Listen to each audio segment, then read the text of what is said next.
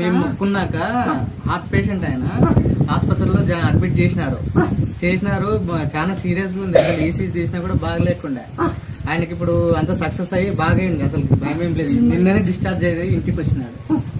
బాగైంది. మిమ్మల్ని నమ్ముకొని మొక్కున్నాను.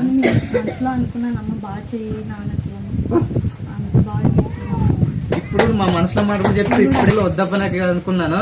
అదే మాట మీకు చెప్తే ఎట్లా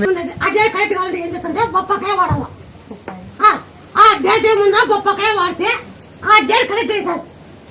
మన డేట్ ఏది ఇలా సాగదన్నా ఇప్పుడు బతుకుతే కావస్తుంది. నీ డేట్ పోయి పోసి నువ్వు బొప్పకాయ తింటావు. డేట్ కరెక్ట్ సంతోషిస్తావు. ఆ డేట్ కడుగుతావు. ఆ డేట్ కడుగుతాయి. అవునా కాదు?